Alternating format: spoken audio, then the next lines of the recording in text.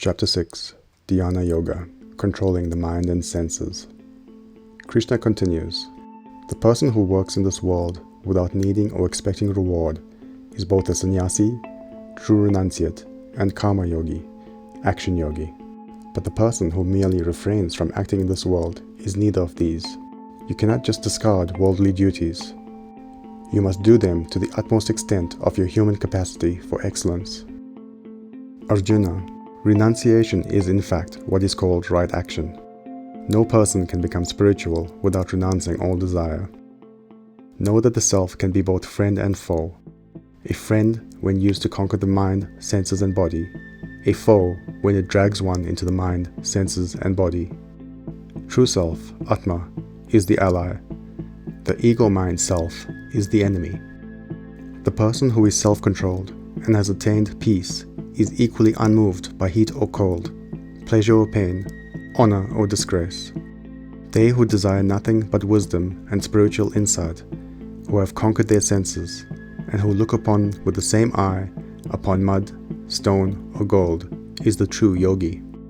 To attain this godly state, Arjuna, you must become fully immersed in the true self through the process called meditation, Dhyana Yoga. Having chosen a holy place, sit in a firm posture on a seat, neither too high or too low. While meditating, sit up straight, keep your body still, and keep your eyes from wandering by gazing at the tip of your nose. Or, close the eyes and focus on the center of spiritual consciousness between your eyebrows. Remain in perfect calmness with your thoughts fixed on me, the Divine. Through long concentration, one's mind ceases its wandering. After some time, one develops a new sensory faculty known as a melanoti, an intuitive penetrating skill that makes knotty issues of life no longer problems. The yogi, with their mind constantly on the Divine, find deep serenity, the zenith of self-realization, and merges with me. Meditation is not for they who eat too much or too little, or for those who sleep too much or too little, but for those who regulate their food and play, who is balanced in action, in sleep, and in waking. It shall dispel all unhappiness. When the mind, completely controlled, is centered in the Atma within and free from all earthly desires, then that person is a true yogi. They who see me in everything, and everything in me, shall never be forsaken, nor shall they lose me.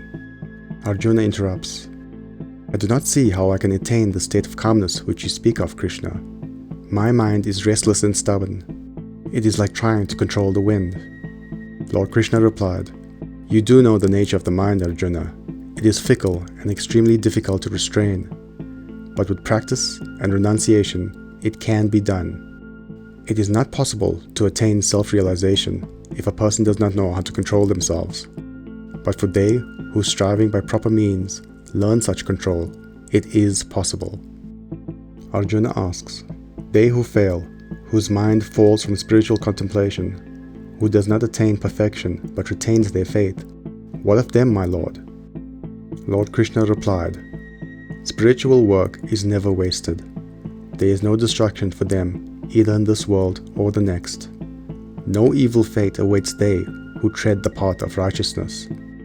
Having reached the worlds where the righteous dwell, and having remained there for many years, they who have slipped from the path of spirituality will be born again in the family of the pure, benevolent and prosperous. Or they may be born in a family of spiritually advanced, though a birth like this is indeed very difficult to obtain.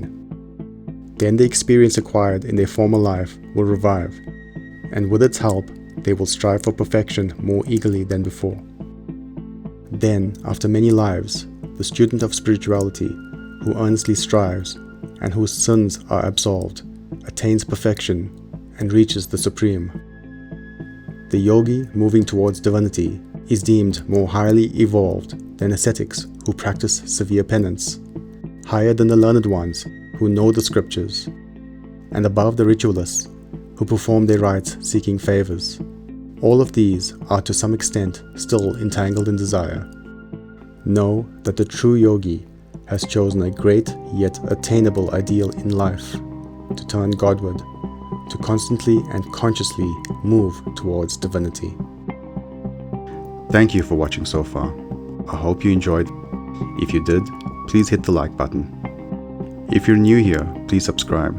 This will ensure that more people can find this resource. Click the notification button so that you can be the first to know about new uploads. And please do comment below. I'll do my best to reply to any questions. Thank you.